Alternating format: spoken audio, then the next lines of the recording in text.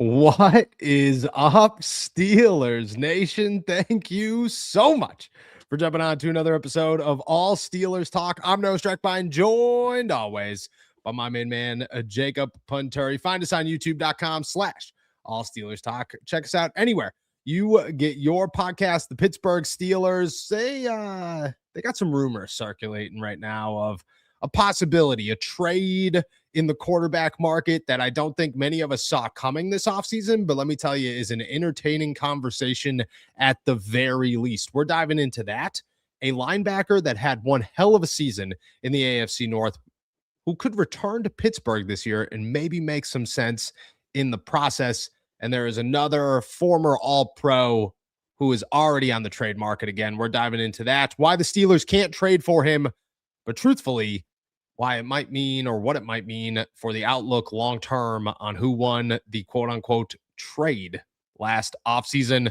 It's a rainy one, but it's a good one here in the Berg. You want to know what it is in Indianapolis right now? 70 degrees. You want to know what it's going to be when we get there on Monday? 32, my friend. So it dies fast. Hopefully you're hanging in there. How you feeling, my friend? I'm feeling great. It's tropical Pittsburgh weather we're enjoying. How can you not be thrilled with that? My dogs were just very much trying to get me to play, which tells me they're probably up to no good as we record today's episode, but we'll deal with that after we're done. I'm feeling good, feeling excited, feeling a little jazzed up about some of this topics you presented to me, as I tend to be whenever you throw topics my way before an episode. Today's was a good one. We are getting through, the last week of the abyss. That's what really this is.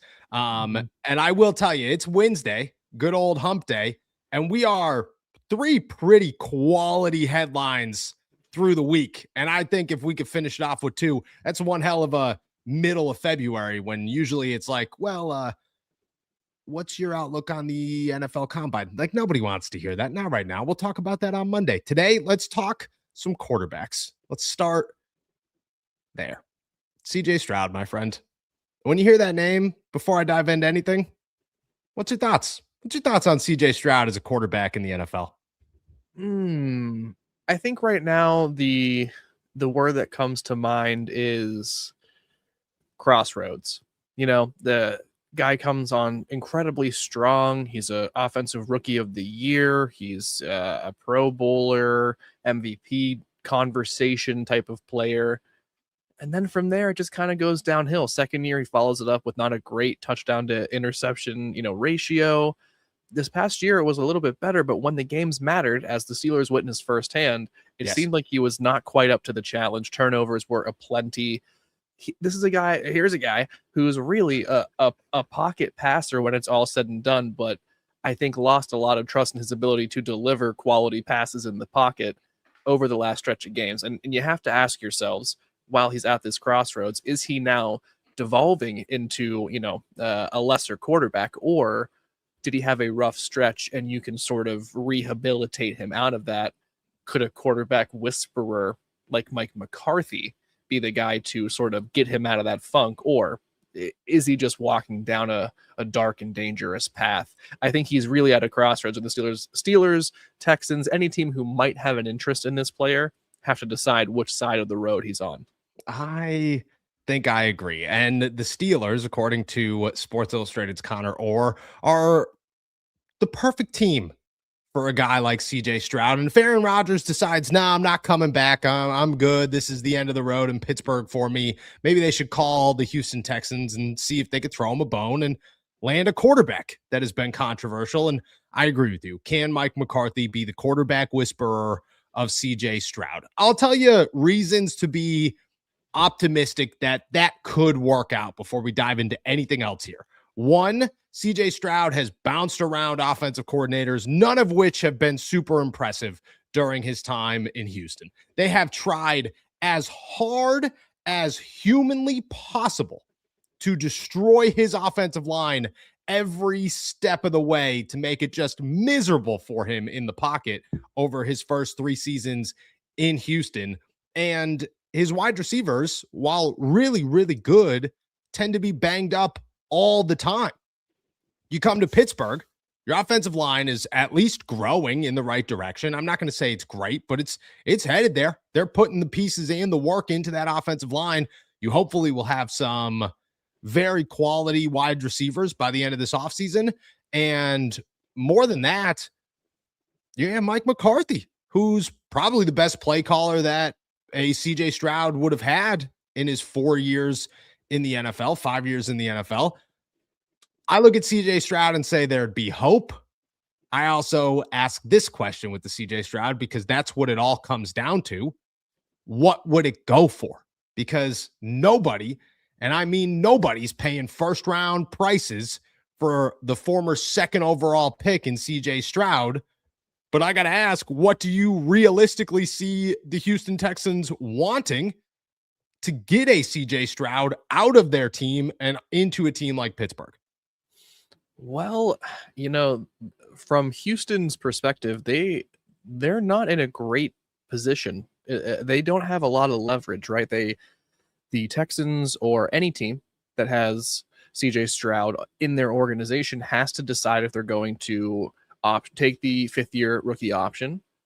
And that would, I think, be somewhere around $25 million for the 2027 season, or are you going to try to negotiate a new contract, which maybe you can get him around that number or something like that, but it's probably going to be north of that. The market for quarterbacks certainly is quite rich. So because the Texans don't have anything in place, they could, I think a draft pick is where, from the Steelers' perspective, it's a very similar answer to this entire quarterback conversation. It has to be the right sort of draft pick to get that franchise quarterback. It was the same conversation with Ty Simpson or Joe Milton or any of these other possibilities we've thrown around. Like, if you say you parted with a 3rd round pick for CJ Stroud, just throwing a pick out there, all of a sudden you're like, okay, this might be something. If you tell me the Steelers gave up pick number 21 and another asset to bring CJ Stroud in,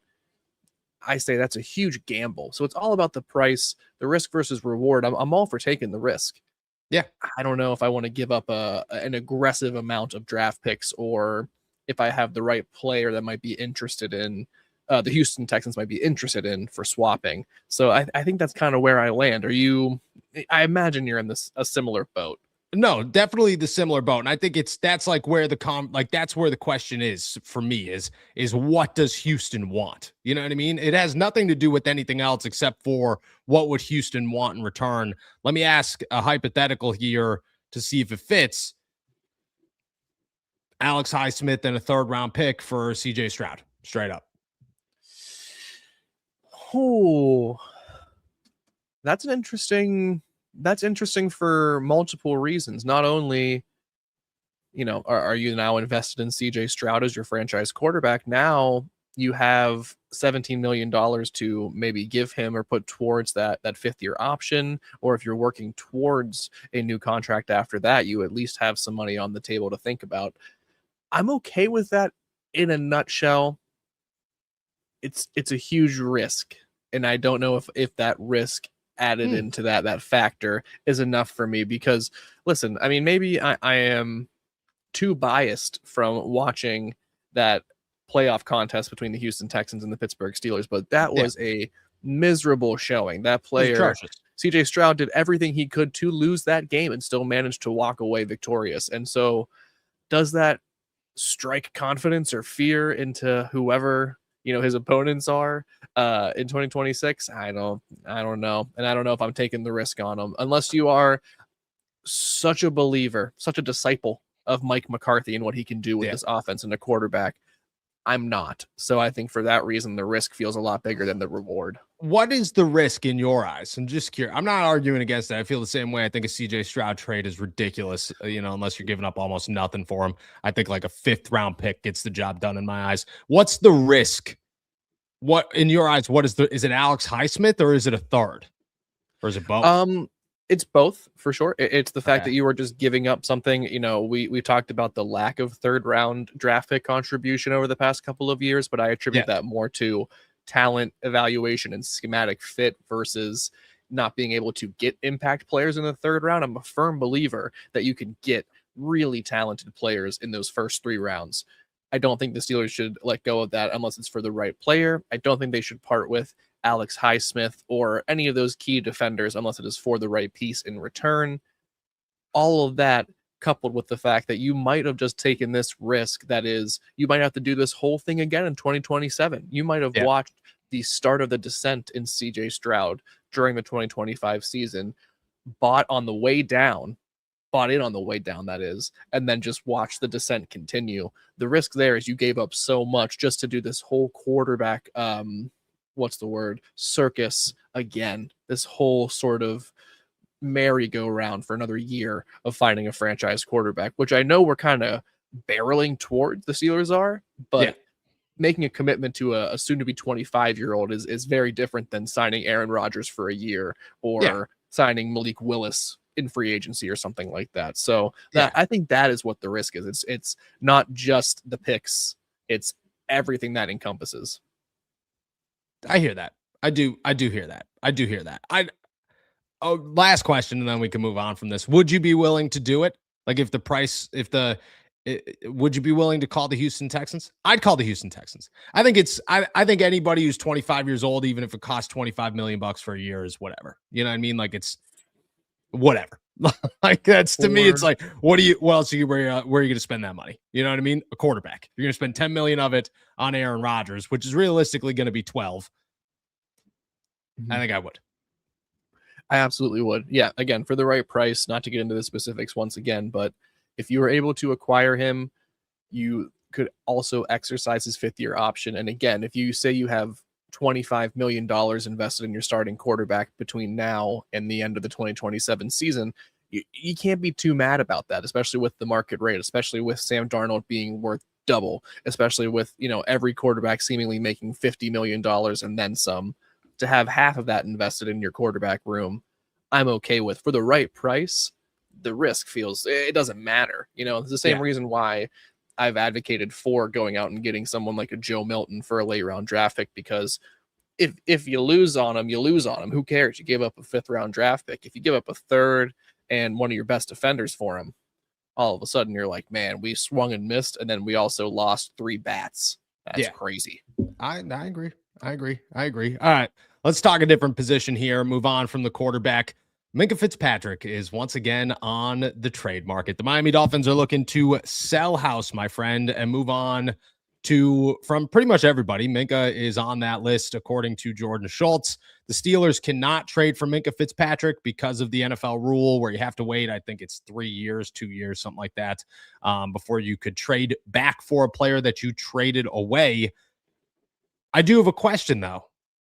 If Minkah gets dealt, and I have an interesting answer to this one, but I'm curious to know your thoughts first.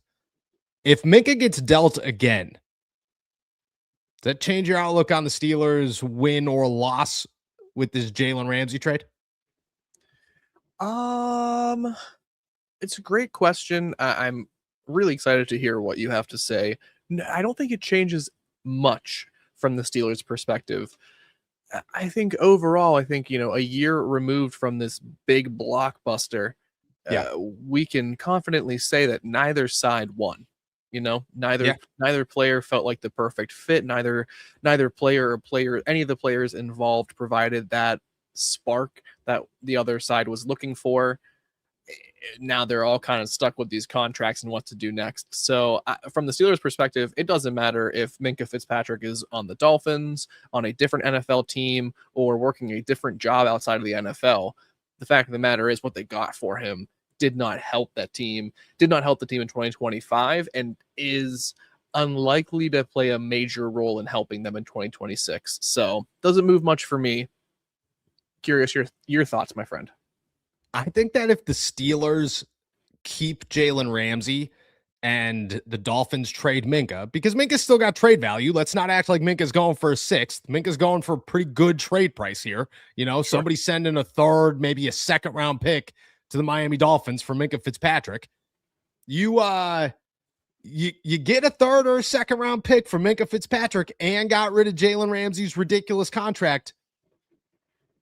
I think the Dolphins won. I think the Dolphins won, because I look at it and say that if neither side got anything positive from this, and they both walked away without a Super Bowl with defenders that they thought were a little bit overpriced, who maybe didn't perform at the level that they wanted to, and the Steelers are carrying on a massive contract that is not doing much, but Minkah's gone. The Dolphins got rid of a massive contract, and they got somehow a 3rd-round pick in it. That looks a lot better than $27 million to a guy that, isn't going to do $27 million worth of work. I kind of look at it like maybe the Dolphins might end up walking away winners of this thing. It's just because I think the Dolphins are making the smart move of moving on from assets that they don't need to have right now, and the Steelers are currently hanging on to those assets or that asset. I think both of them, and Jonnu Smith. And I think because of that, like you're hurting yourself, like I just look at it like the Dolphins are smart enough to cut losses before it comes back to bite you even more. And the Steelers are sitting here trying to still figure it out. So if the end of this thing is the Dolphins end up with a 3rd-round pick and a lot less cap space or a lot less of a cap hit, and the Steelers end up with Jalen Ramsey and $20 million less, I can't say that the 3rd-round pick isn't a better move here. I can't say that's the case. Well, I don't think I'm inclined to take the opposite point of view from that, because I get it. Like I think the Dolphins, I'm fine with that. I'm fine conceding that, because I view them both as losers in this situation. So yeah. If the Dolphins can squeak out a win somewhere, good on them. I think the Steelers have there's little evidence left to consider in the ruling, as far as I'm concerned, of did the Steelers win or lose that trade. They lost that trade, and I think it happened the moment they lost that playoff game against the Houston Texans, funnily enough. Yes, that's exactly it. And the Dolphins are looking at it. That's how I view it. The Dolphins are looking at it going, how do we scrape together some sort of victory here? And the Steelers are going, are we going to play Jalen Ramsey in the slot or the safety? Where are we going to play him here? Are we going to pass on a good young cornerback to play Jalen Ramsey, or are we going to pass on a good young safety to play Jalen Ramsey? The decisions that you get to make running a football team like this is just wonderful. It's a beautiful time. That does open the conversation up to another name, though. You want to know who might be, I'd say maybe the 3rd best inside linebacker available in free agency right now? Who? Devin Bush, former Pittsburgh Steelers top 10 pick, a guy that notoriously is known for not playing well in Pittsburgh, but saying, to my face, brother, I stared him just like I'm staring at you right now, as he said, dude, I don't really care what I do. I'm always going to be a top 10 pick. And I was like, that is what? What? Like, I don't know if that is, I feel like that's not the goal here, brother. There should be more coming, not just banking on what you were. Well, his ascendance has been pretty remarkable. This past season, 125 tackles, 7 tackles for loss, 2 sacks, 3 interceptions, and 2 touchdowns. The man is 27 years old. He'll be 28 before the season starts. I'm going to ask you a big question here, okay? A laughable question, but I think one that, I mean, like you could, maybe, just maybe. Should the Steelers consider bringing back Devin Bush? No. And I'm curious what you think he provides that is that much better, if you could make the case at all, for some of the other middle linebackers that they could possibly go get. I'm not. I can't do that. I can't say he's better than Quay Walker or Nakobe Dean. But if they go, say, to the Packers and back to Philly, you know what I mean? Or other places, option 3, maybe, option 4, maybe, you know what I mean? No, I think still no. I tell you what, it is great to see that, a former top 10 pick who had nothing left to prove, per his own words, for his own words, was able to find, a resurgence, a renaissance, in year 5 or 6 in the NFL, whatever it was. This is his career highs in tackles that he's coming off of. An incredibly impactful defender. I think he would maybe temporarily fill a need within the Pittsburgh Steelers defense at middle linebacker. That being said, I think there's so many better options, at least 3 or 4 guys that I would prefer over him in free agency. And if that's not the option you choose to go, I think going in the draft is just as effective of a route of replacing Patrick Queen. You don't have to do something like pivot and commit to Devin Bush, who is in line for a sizable raise, which he should certainly go get. I just do not believe it should be in the city of Pittsburgh. Yeah, that's an end of statement. Okay. I will toss out. I'll play a little devil's advocate here. I'm not trying to support the return of Devin Bush, but I do think that the other argument exists. And you loved his video back in the day, right? The cat video. Brother, glad you got that. No, I knew exactly what you're talking about. It was 4th of July. I could tell you exactly where. It's like when Michael Jackson died. You know what I mean? Like, you remember where you were? I remember where I was too. Yeah, I was in North Carolina. Yeah, I get when the cat video or Michael Jackson? Because when Michael Jackson died, I was devastated. I was like, tell him that it's human nature, that I'm sad. Tell me about that. I'm sorry. The cat video, fantastic. 4th of July. I had nothing else going on except for the fact that I had to tell my in-laws, hey, I have to go write a story about how a Steelers player just posted a video of a cat dying. If you want to see it, I have it. I don't know, just in case. I'll play devil's advocate. Devin Bush had a really weird persona with the fan base and like the surroundings of the Steelers. Within the Steelers organization, he was pretty well respected. You know what I mean? He was a guy that took the benching to Robert Spillane like really well. Still showed up to practice, still held his head high, like still knew what was going on, still put 100% effort in.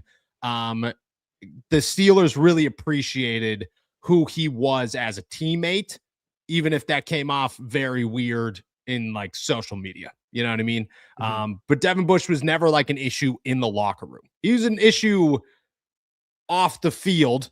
You know what I mean? But not to the degree of like, you have to press the panic button, like just in like, this guy's controversial, which in the NFL is way more tolerated than outside the NFL. He had no bad blood with the Steelers when he left. The Steelers had no bad blood with him when he left. At 27 years old, 125 tackles, depending on the price tag, which he is going to get paid. But what's he going to get paid? You know what I mean? 10, 12 million bucks a year. Like, he's not making 15, 18. Still cheaper than Patrick Queen. Probably a better uphill tackler than Patrick Queen or downhill tackler than Patrick Queen at times. And this past season, at least, more reliable. Plus, he plays special teams, and he's really good at special teams if you need him there. Again, devil's advocate. I just think Devin Bush is, if you aren't the Steelers and we don't have any history with Devin Bush as a fan base, everybody's talking about Devin Bush is a really good pickup, possible cheaper than Quay Walker and Nakobe Dean, but still going to be there. I think if you remove the cat video bias, the weird things that happened, the like afraid to play football for a little while type stuff, Devin Bush is there. You know what I mean? Like Devin Bush makes on the field, Devin Bush makes some sense. I'm just saying and the dad thing. Shout out to the chat here. And the dad thing. Remember when Devin Bush's dad called into the fan? Yeah. Yep. Forgot about that one. I was not, my final remarks on this is I'm not trying to make the argument that character-wise, this is a bad investment. I think strictly from how does he fit and fill the needs of the Pittsburgh Steelers, I think they should be in the market for those top tier players at the middle linebacker position. I don't think they should be in the market for who's the next best guy in the second tier right? And I think that's who Devin Bush is, especially when we talk about guys like Nakobe Dean, when we talk about guys like Quay Walker. Like, those are the two guys that I think they should really target, spend that money on. If you're going to spend $12 million per year on Devin Bush, spend 16 and get Quay Walker. You know what I mean? agree. Like, that's how I look at it. And that's the argument I want people to take away from this. Not, listen, I didn't forget, it's not a coincidence that the first thing that popped into my head when you say Devin Bush is the social media stuff, but strictly from his fit with the Steelers defense, that's what I want to make sure this conversation stays at. Yes, certainly. But I think people would bring in, you know what I mean? Everybody's gonna, For sure. Nobody's gonna be like Devin Bush stunk for a couple of years. Everybody's gonna be like Devin Bush was a big issue. You know what I mean? Big giant issue. But I don't know. I think he still owns a house here too. So old Big Bush. What? That was right off the top of the dome there, and it's hilarious. Big Bush. There it is. Where he still lives, right? There it is. Shout out to Devin Bush, man. Go get paid, my friend. Go get paid. Devin Bush was a good guy, especially his rookie year. He was actually really enjoyable to cover his rookie year, and then things got weird. But before the ACL injury, that dude was fun. A lot of fun. All right. That's everything on our agenda. We're going to take a quick break. On the other side of it, we're going to start answering your questions. Toss them in the chat. We'll be back in 30 seconds. Pittsburgh, this one's for you. From the voices behind All Steelers Talk comes Black and Gold apparel, your go-to for bold, fan-driven merch that reps the city, the Steelers, and everything in between. Whether you bleed black and gold or just love that Pittsburgh grit, we've got something for you. It's more than a podcast. It's a community. And thanks to your support, we're proud to bring the passion from our mics to your closets. Gear up, stand out, and show the world what real fans look like. Shop now at blackandgoldapparel.myshopify.com. All righty. Shout out to our members. Shout out to our super chatters. Toss your questions in the chat. We'll get to as many of them as we can before we head out of here. We're going to get things kicking here with CJ Ross, Will Howard as Brucey. Now I'll never get to play. Oh, fantastic, man. Ooh. Fantastic. Shout out to Will Howard, man. Shout out to Will Howard. He doesn't deserve any of this. He's a good kid. Let's not hate on. This is not even about Will Howard today. Nah, you know what I dude. mean? We've been very. It's not about him. You know, we're not taking a dig at him by not covering him today. I would like to know your guys' response in the chat here. Okay. And just to have an understanding, when we get to 75K, if we gave away a Will Howard jersey, would people be super psyched about that?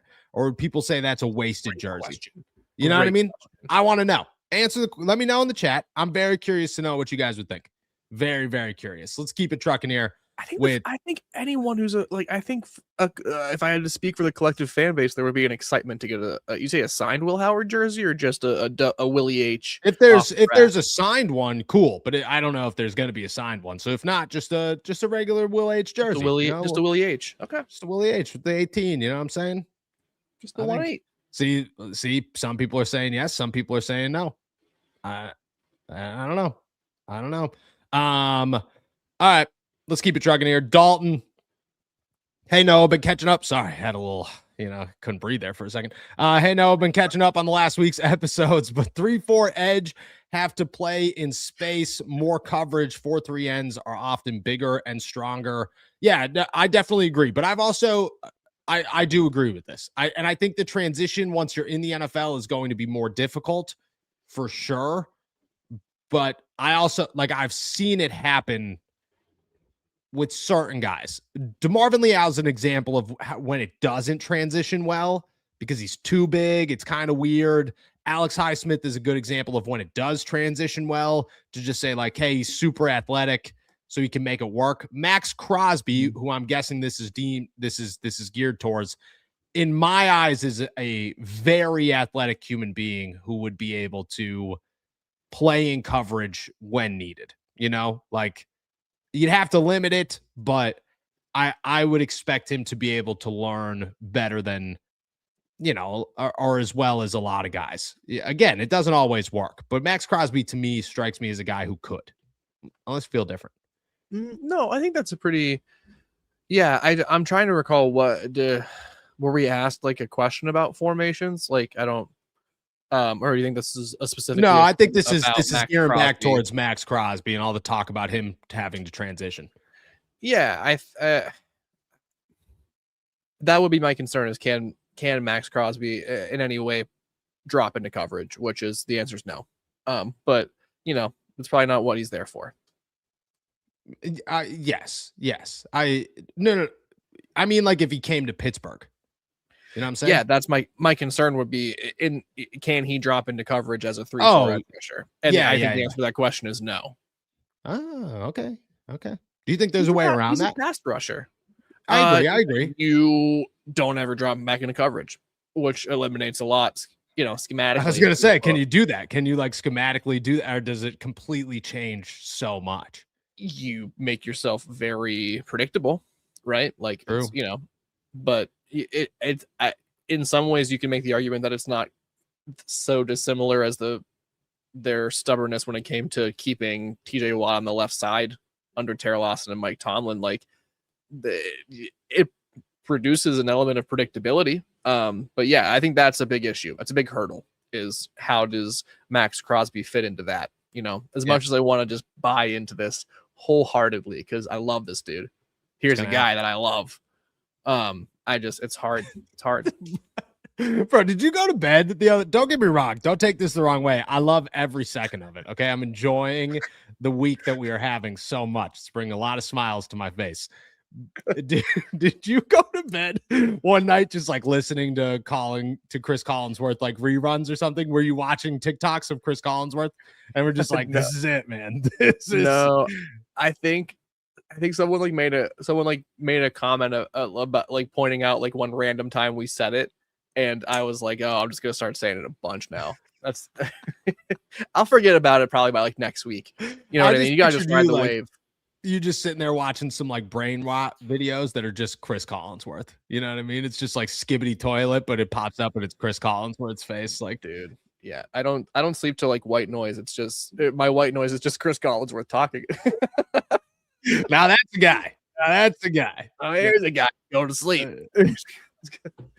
So awesome. Rats, Skyler was great in the preseason. Why aren't we talking about him? QBs take time to mature.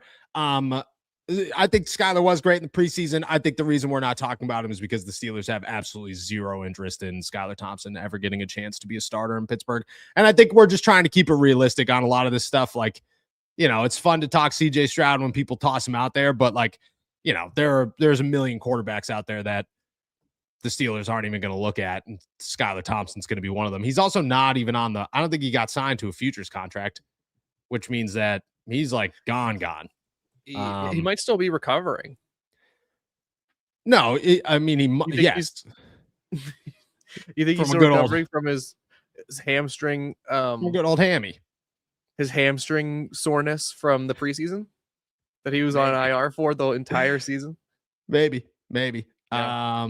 He was great in the preseason. He was awesome.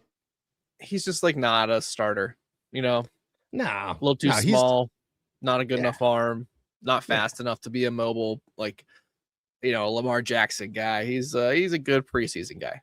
Yeah, I agree. And again, I like him, but a lot of conversations. I don't know if we're ready to have that one. Maddie, give money to Jamal Dean and Jaquan Brisker. Also, why are you guys so high on Joe Milton, who was also a 6th round pick, but switch when it comes to Will? I'm not super high on Joe Milton. Yeah, I do not think Joe Milton's going to be a superstar in the NFL. I am just excited. I think people need to take it less seriously when you talk about a guy that you're excited about as this guy has my full endorsement to be a franchise quarterback. Joe Milton would be a blast to watch. Do I think he's a starter in the NFL? Not for more than 20 games in his career. He's on a Mason Rudolph trajectory, and I'm going to have a blast with that. But he's also got a ridiculous arm, and I think that's really fun. It's really fun to watch. Yeah. Like I'm not.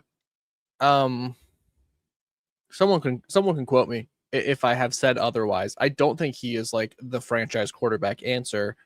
I do believe he has one he has one elite tool, which is that he can throw the ball a mile. Yeah. I do not believe, or in my evaluations of Will Howard, believe any talent or skill or part of his game to be elite. No. That's the difference. Like that. So do I think Joe Milton can be a franchise quarterback? No. Do I think Will Howard can? No.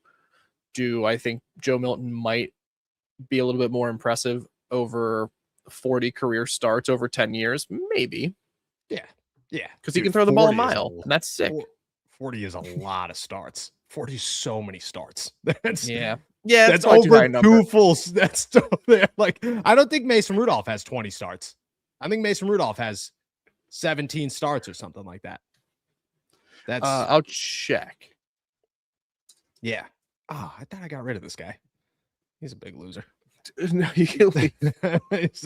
You can leave him. I'm quite secure in my sexuality and gender, so I'm not really miffed by that. I'm glad.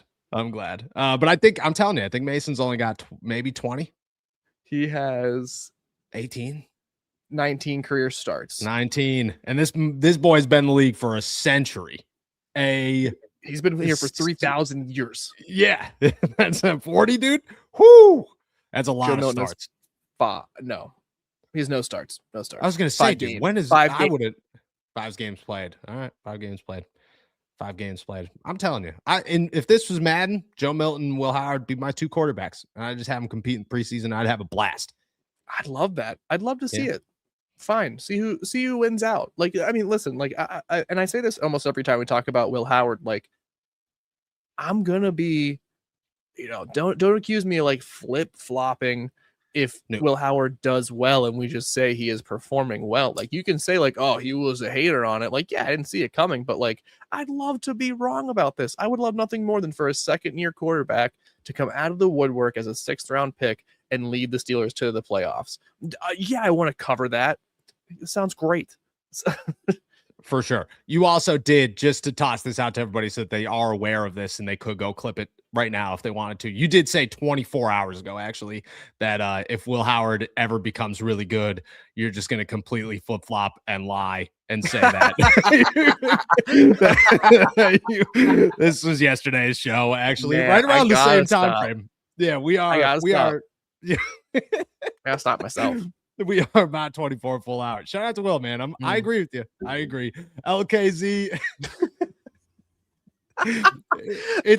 Okay. Can I respond to that real quick for a second? Because yes, you can clip that, but then you could also find every other time before that where I said the opposite. And so then you just have to figure out, when was I lying? Was it that time yesterday when I clearly was, or was it the other times when I gave my honest opinions? That's it. So really, whatever ends up happening, just know we, and especially Jacob, are always right somehow, some way. There it is. Correct. LKZ. It's a chance that Styles and Tyson slides. If it happens, are you taking either of them or Lemon if he's there? Also, check out the linebacker from UTSA. I've actually seen this guy. I don't know his name, but he is really impressive, actually. If Tyson slides, I would take Tyson over Minkah Lemon. I would. Would you? How confident do you feel in that? I feel pretty. I don't feel confident in the choice. I think they're very similar in like their level of skill. I'm not saying they're the same player, but their level of skill. But I think Tyson has more upside than Lemon does. Yeah. I've said Jordan Tyson. I've said very good things about Jordan Tyson. Yeah. I think if Minkah, here's where I'm struggling. If Minkah Lemon's available at 21, I don't think anything of it. Yeah. If Jordan Tyson's available at 21, I ask the question why. It's a good point. It's a good point. And I don't know what it simply could be other teams are wary of injury history, and there's no reason to be. Maybe there is. You know what I mean? Like, again, like I don't know if that means I should just suck it up And then in that situation, you just take Jordan Tyson regardless because you feel like you got the best player available. But between those three, I'm definitely not taking Sonny Styles at 21. No. I think I might be taking Mekhi Lemon. And I'm like further facilitating the drop of Jordan Tyson. But I love the player. I think he would be a great pick for the Steelers regardless. You make a really good point there, and you can't disagree with that point. Like if he does fall, there is a reason, and what is that reason? And do you take the risk on that reason? And I think at 21, you're like at that place in the draft where you could take risks on those guys that slide, where you're going like, yeah, like, he slid out of the top 10, but like, is he a 4th round pick? No, like he's probably pretty good still, but there is a reason for it. And that's a really good point. Rats went to the Super Bowl in Santa Clara. Didn't work out. Should I book my ticket to LA? That's sick, actually, that you went to the Super Bowl. That's awesome. Yeah, dude. I'd go to every Super Bowl till the Steelers were there if I was able to. I mean, for sure. That sounds fantastic. Are you kidding me? Sounds awesome, actually. That sounds so awesome. Do I think the Steelers are in the Super Bowl this year? No, but crazier things have happened, dude. Crazier things have happened. Crazier things have happened. Sam Darnold just won a Super Bowl. Okay, the NFL's wide open right now. Can you imagine telling someone that in 2022 before he goes to San Francisco? No. Yeah. So I would be like, all right, dude, go do more drugs because you're high when you say that. Like, no. Nope, not gonna happen. So yeah, I think screw it, dude. If you could get there, are they gonna get there? In the words of Mike Tomlin, never say never. Rats, you don't have to comment this, but like how much do you spend to go to the Super Bowl, man? That's sick. That is actually, it's a good question. That is sick. Like, you don't have to answer. It's not my business. But yeah, like, how much is it? Let me hypothetically, if you needed to pitch your wife about going. Hypothetically, if Jacob's wife was listening right now, what sort of budget are we talking about? To go to a Super Bowl. Just wondering. Just tossing it out there. That is sick, dude. I hope you enjoyed it. You got it. I mean, it was a boring game, but it's got to be awesome. Got to be awesome. Lance, if Miami is tearing it down, we need to call them and ask for Jalen Waddle. Oh, now we're at the time of year where this is a very interesting conversation, because if you ask about Jalen Waddle at the trade deadline, you're giving up a 2nd round pick for him, and there are no questions to it. Today, do you feel differently? Do you feel the same? Do you move for Waddle? Do you not move for Waddle? Man, I think you...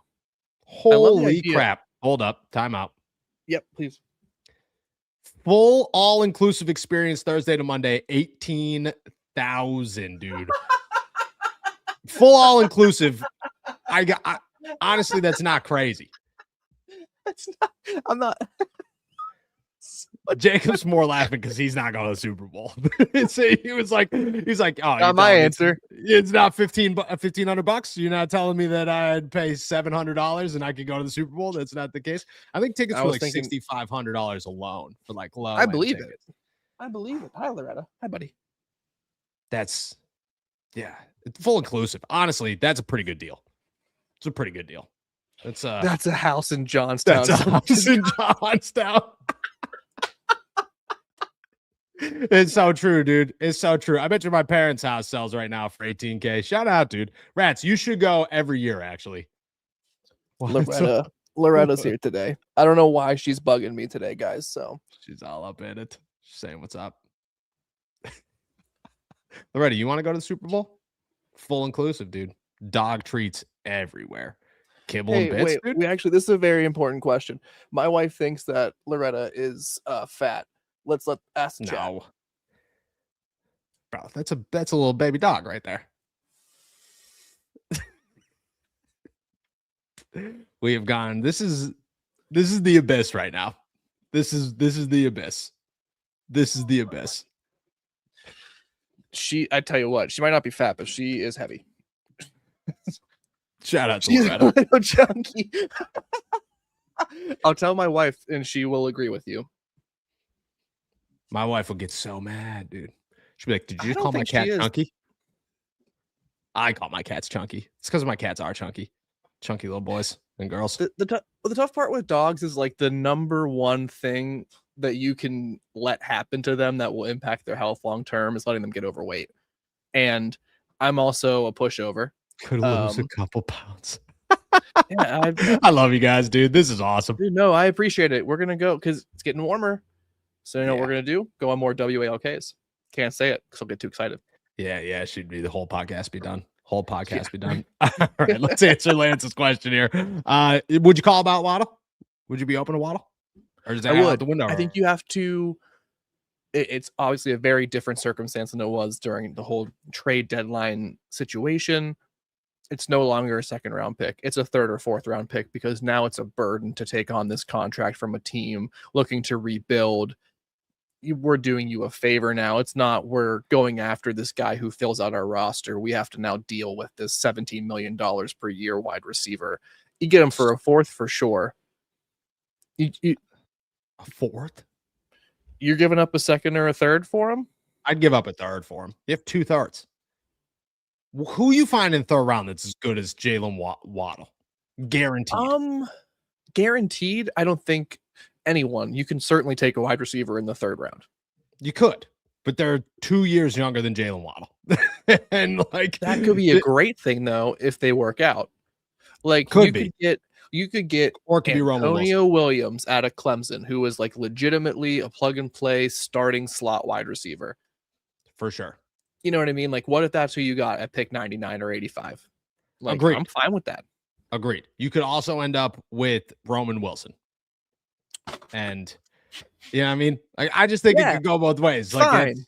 Like to me, it's like I get it. I hear you. But Jalen, like to me, Jalen's young enough and cheap enough where I'd be like, yeah, you know what? To throw away a little bit of future, go for it, dude. Go for it. Because DK, Mekhi Lemon, Jalen Waddle, that rookie quarterback in 2027 is pooping himself walking into this locker room. He is having a blast. They do with that. Pat Fryermuth and Darnell Washington. Come on. If they had that trio of wide receivers, I genuinely don't care who the quarterback is. I don't want it to be Aaron Rodgers still, but then I'm just like, just let Will Howard start. Because at this point, you just need a guy to toss it up. That's what I'm saying. So for third, I think I'd be open to. I hear you though. The conversation's drastically different than what it was. And I want to know how much they're tearing it down because that, you know, if Quinn Ewers is really your quarterback, like how much effort you really putting into the season? You're tanking for Arch. You tanked for Tua. Now you're tanking for Arch. Shout out to Miami. CJ, Steelers have 3/3. There's Dallas. Oh, and James Daniels. Forgot about they do have 3/3, huh? Wow, dude, they have so many. Bro, I'm giving up a third round pick for Jalen Waddle. I'm not even thinking about it. Not even thinking about it. It is happening tomorrow. Do I think that happen? I don't know. We'll see. KGK, what one position do you not want drafted in round 1? Do you want to say it together at the same time? Because I think we have the same answer. Yeah. You ready? 3, 1. Okay. 3, 2, 1. Quarterback. Yeah. Yeah, there you go. There it is. There it is. A little off sync, but you know what I mean? We're getting better. We're getting, it's a lot going on here. It's quarterback, though, for sure. Don't draft quarterback. It's the last position. So pissed. Last position the Steelers should be touching in the first round with ease. Carl Spackler, another random offseason for fun. You each get to pick any celebrity to replace you on the show for one episode. Who would you pick for yourself and the other? Ooh, this is a good one. I think we'd have very different answers too. Yeah. Oh, yeah. Who would I pick to come on for you? So I had to pick one I pick you would do a pod with somebody, and then who would you pick to replace you to do a pod with me? Oh, that's crazy. Who would I pick to replace me? I would get Rich Eisen for you to do a podcast with, to replace me with, because I feel like that would be like your greatest dream come true. It would be. That'd be awesome. Easy pick for that. Thank you. Pick for that. Who would I replace you with? Who do I want to talk to real bad? I want to talk to a lot of people real bad. I would replace who I replace you with. Let me think about it. Do you have an answer off the cuff while I think about it? Okay, so if I was replacing, we would not talk sports at all. But if I was replacing you, I would replace you with I think Seth MacFarlane, or not Seth MacFarlane, excuse me, Seth Rogen. Because I like just that. think I think we'd vibe really well together. For you to replace me, for you to do this. See, like that's tough because your range of like things you like is wide. You know what I mean? All Like over the place. you like a lot of things. You like a lot of things. I need your answer so that I could kind of, I could base my answer off your answer.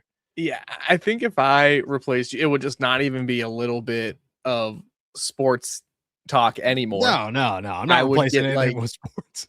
I would get like friggin' James Taylor, the musician, and we talk about his soft rock albums over the years, and everyone would be like, what the hell is this? But I'd be so happy asking him, what inspired him to write the song Mill Work back in the 70s. Nice. All right, I got an answer here. And this is sports related. All right. And this would be just simply for the fans, not for you. I appreciate you caring about me so much, and I love you, bro. My replacement for myself would be Cordero Patterson. That'd be so good. That'd be so good. I would love to do a podcast episode with him. Me too. And he could just rag on me the entire time and tell me how stupid and little I am. And I'd be like, this is so awesome. This is so awesome. This is what we do this for. Shout out. Yeah. That's a good question, man. Thank you for that one. For sure. Dalton, if Killebrew goes, how would you feel about Isaiah Simmons, safety / linebacker that's hella athletic and good special teams guy now? I actually would like Isaiah Simmons. The Steelers brought Isaiah Simmons in last year for an in-season workout. Yeah, it was a tryout. They didn't end up signing him.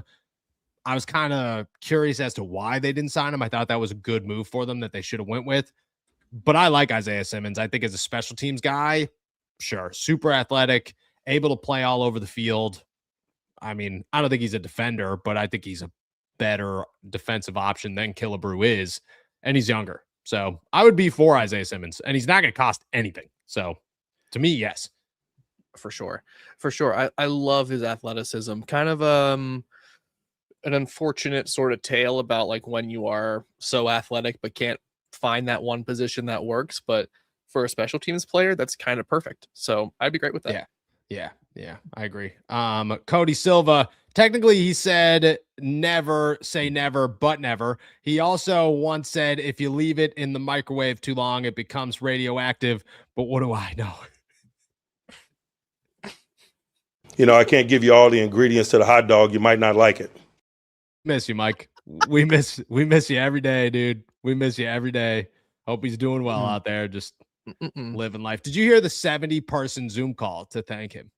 Did you hear about that? Wait, no. Say more. Former players and coaches held a Zoom call with Mike Tomlin just to thank him and share their appreciation. 70 people showed up on it. Wow. Yeah. I'm not surprised. Like I think again, I feel like we said something very similar to this in our endless discussions about how all this went down. The further removed we get from Mike Tomlin's time as the head coach, the more admired he'll be, the more people will respect his time, the more people will discuss his impact in a positive light. Like it's harsh. Feelings are intense right now, have been. They're kind of starting to calm down now as the new league year's about to begin, but eventually we're going to be like, yeah, everyone loves Mikey T. And it's evident from how they said goodbye. I agree. I think as the tension fades from the last couple of seasons, Mike Tomlin should be remembered as one hell of a coach. You know what I mean? Who made a really big impact on the people that he was around. So shout out to Mike T, man. I love to see that. I love when people get their flowers when they deserve them, for sure. Maddie, who can you see the Steelers realistically targeting in free agency? I think the Steelers are actually going to be pretty aggressive in free agency, and I could see them targeting a safety. I could see them targeting an inside linebacker. I could see them targeting a wide receiver, but a lower end wide receiver, nobody huge. Romeo Dobbs, Wan'Dale Robinson, names that I think will be available for cheaper, but not super cheap. And then I think Kenny G, man, I think that's where they're going to go with with the running back. At least that's what they're going to try to do at running back. It's my expectation. And then maybe offensive line, but I'm not sold on offensive line yet. I got to get a feel for I want to get down to Indy and learn their thoughts on Broderick. And then I really want to get to the owners' meetings. I know it'll be after free agency, but like that's when you're going to know, like Indy, we're going to learn a lot of things. The owners' meetings, we're going to learn everything. You know what I mean? Like, where does this team stand? So the offensive line is the only one that I'm a little bit confused on. The rest of them, I think I feel pretty confident in. Yeah, I actually would say I think it's unrealistic to think they're going to target a big free agent along the offensive line. I think that the realistic targets, for per Maddie's question, are safety and inside linebacker. Those are the big spending targets to watch. I totally agree. A depth wide receiver, I was thinking the name that came to mind for me was like Christian Kirk. If Mike Tomlin was still head coach, he would have gotten signed immediately. Immediately. Guys like that, who have maybe been around, could be a number 3, maybe receive a higher volume of receptions and targets in a very short sample size if needed. Maybe they add some depth along the offensive line, but I mean, with the literal 2 contracts they still have on the books with Broderick Jones and Dylan Cook, like I don't know how much they actually are going to add at the left tackle position besides maybe a young player at the draft. So I think defense is why I tend to think has the more realistic expectation for spending. Yeah, I feel the same way. I do. Loon. Since Tomlin Tuesdays are done, can we get McCarthy Mondays instead? I'm pushing for it. I think it's the perfect switch up. A lot of coaches do Monday press conferences. A little McCarthy Monday. Yeah, I mean, just rolls off the tongue, my friend. Just rolls off the tongue. Mickey Monday. Ian Zerkeny, how will the scheme change under McCarthy compared to Arthur Smith's previous system? Should we expect a significant increase in 11 personnel? Go ahead. I feel like I was going to say my jumping off point is I don't know. I think there is a reasonable expectation that we are going to see a better offensive system and performance under Mike McCarthy. Do I think it's going to be a little bit less reliant on those heavier personnels? Sure. I think, if that's the way they're going to go, I think there's something to it, especially if they're going to add another top wide receiver. Sure. But I think if I were to say I felt confident in sort of guessing how this offensive schematic is going to look under Mike McCarthy right now, I think I would just be lying because, I'm basing a lot of it off of what he did with Dallas in those last couple of years, but he might have reinvented himself all over again. He might have been in the stew cooking something up. So I think my honest answer is I'm not 100% sure how it's going to be different, but I know that Mike McCarthy at least saw that the over-reliance on the heavy personnel did not kind of get them where they needed to be. Agreed. Very much so agreed. And I don't, again, we're going to find out once moves start getting cut or are made, you know what I mean, what this roster looks like. And I think that's when we're going to have a better idea of their outlook on the whole situation. Yinzer Kenny again, are there any planned upgrades to the training facility or equipment to address recent team reports? Not that I know of. The Steelers are putting a lot of money into Acrisure Stadium right now, but I don't think they're doing much to the actual facility. Their leases, I think they have 3 more years on their lease where they're at. Okay. And I've heard rumors that they could be on their way out and headed elsewhere. Don't know how real that is, but it's tough to stay there with Pitt. And I don't think anybody on the Steelers side wants to stay there with Pitt. I think they just kind of feel bad for Pitt. At some point, Pitt's got to just take the L and move on. So nothing yet. Yeah. Pittsburgh Hornets. If you got to invite any celebrity fan for a show, who you picking? Michael Keaton, Snoop Dogg, Wiz Khalifa, Bret Michaels, Seth Meyers, Sharon Stone, or Jeff Goldblum, Garth Brooks, or someone else. I'm a big Tom Segura fan, so Garth Brooks would be real high on this list. And if you're a Tom Segura fan, you know why. But I'm not, so I don't. Dude, but he I believe you. he harasses the hell out of Garth Brooks. It's like actually crazy. He thinks Garth Brooks is a serial killer and that he hides bodies at his shows. I swear to God, dude. You could just Google Tom Segura, and he did a whole, like, his Bad Thoughts Netflix series or whatever that Tom Segura released. Oh, you told me about it. Yes. Yeah, he does a Garth Brooks themed episode on it about kidnapping people and creating a town. Oh, I watched it because you told me to. Yes. Yeah. I think I just have to. I don't know, man. There's a part of me that would be like, damn, that'd be fun. This is tough though. Michael Keaton's tough to pass up. Is Garth Brooks from Pittsburgh? I don't know, to be honest with you, but he's a fan. I don't know if he's a Steelers fan. Okay, that's all. Okay. Sharon Stone. Could you imagine if Garth Brooks is from Pittsburgh? Of all the places, you're gonna tell me a country guy's not from the place that he's singing about? Whoa.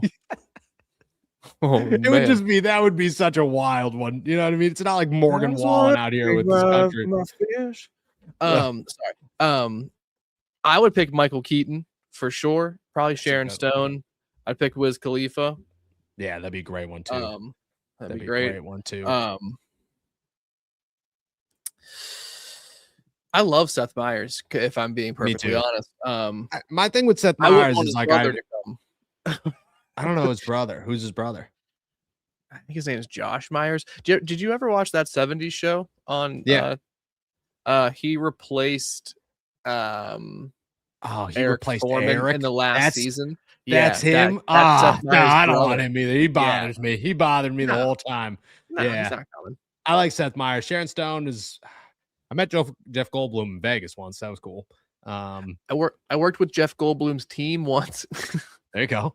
In my theater days. One and the same for sure. This is a good one. And I met Snoop Dogg once too. So shout out to Snoop Dogg.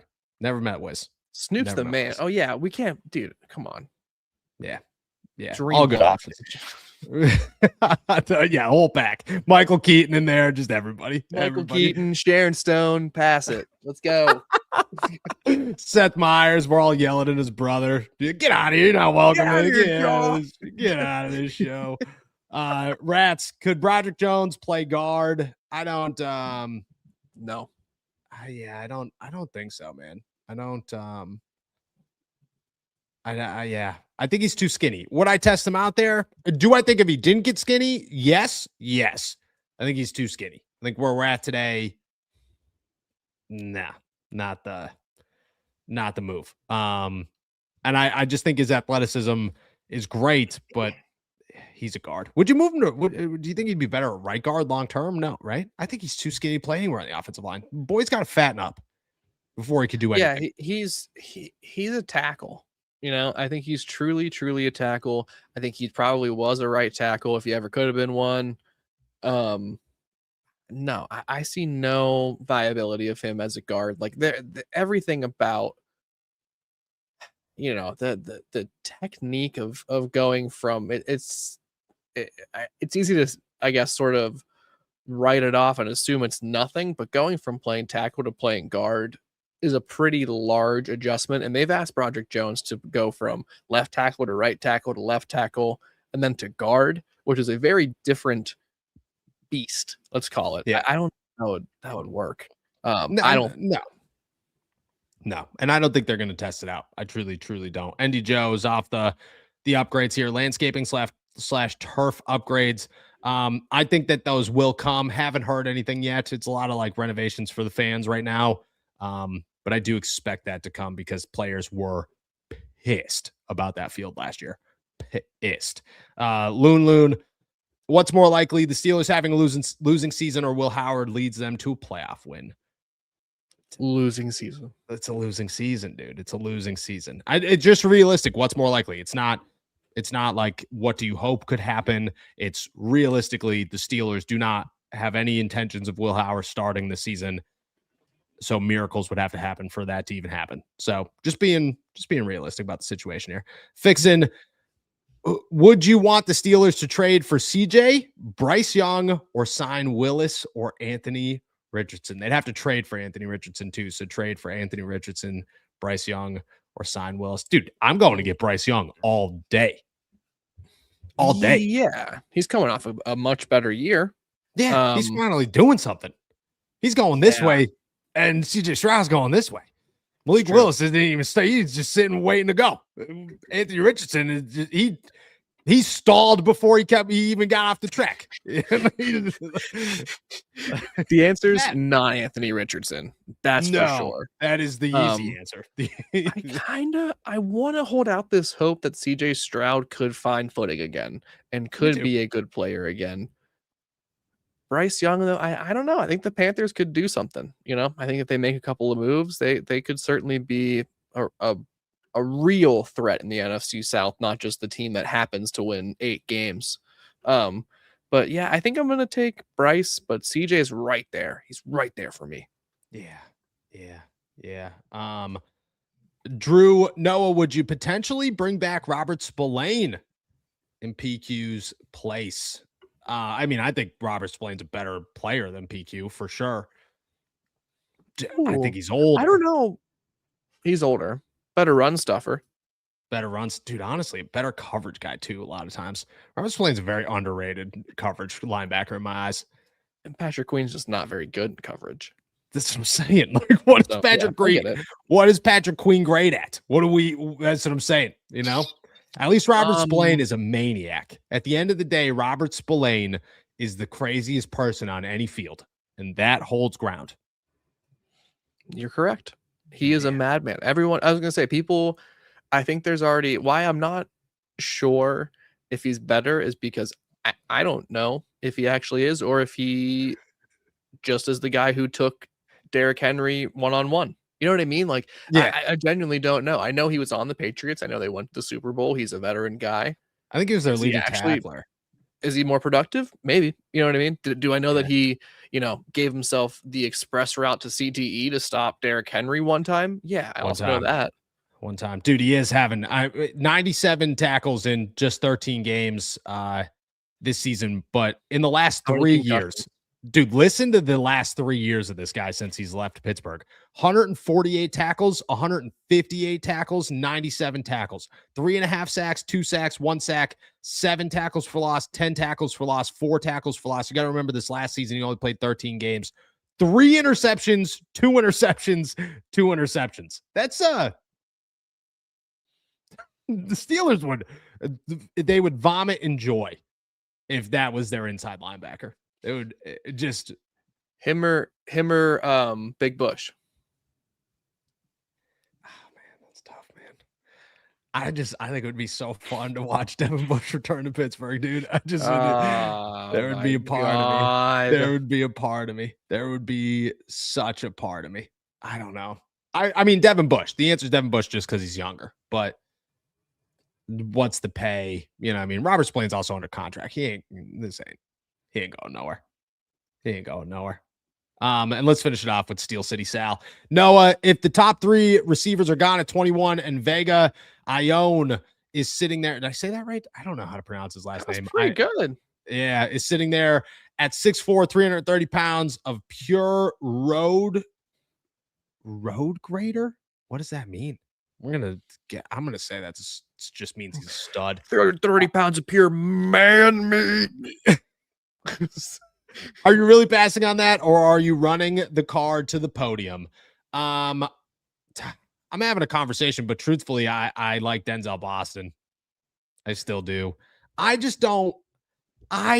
have watched the Steelers ignore wide receiver for 3 years, and I'm over it. I'm just over it. In my head, it would take so much to convince me not to get a wide receiver in the draft if the right one's available. And Denzel Boston is one of the 4 that I think is the right wide receiver for the Pittsburgh Steelers. He's a great player. He's a great wide receiver. I think he's going to be a very strong starter. I think you just do have to think long and hard, because it's not like Ione. I'm not sure if I'm saying that last name correctly either, and apologies to him if I am not. He, at that point, it's like one of those questions of like, Caleb Downs type of situation where like he is demonstrably better than maybe anyone else you could get besides the fact that Denzel Boston fits a need or a position of need. It's going to be a long conversation. I don't, I think Do you I think wouldn't he be falls mad. realistic? I don't think he gets off the top 10. That's my thing is I don't think he gets out of the top 10 either, but there's been so much speculation that I'm like, why is this even a conversation? Like you're telling me if I'm the, if I'm picking at number 9 and I can take Mekhi Lemon or Ione, I'm taking him. Like if I'm trying to build a team. Yeah. I don't know. I have a tough time with that. I really do. I just think they need a wideout, man. Like I'm just so tired. I get it. I'm so tired of it. But I hear you. He's one of the best in the draft. Again, I think he's going like 6. You know what I mean? Like he should. He should. I truly do. All right, y'all. With that said, we're heading out of here. Thank you guys so much for jumping on to another episode of All Steelers Talk. Make sure to subscribe to us on YouTube, youtube.com/All Steelers Talk. Check us out anywhere you get your podcasts. As always, find all our work at si.com/NFL/Steelers. Before you head out of here, hit that like and subscribe button. We'll be back tomorrow. Until then, enjoy another beautiful day in the Berg.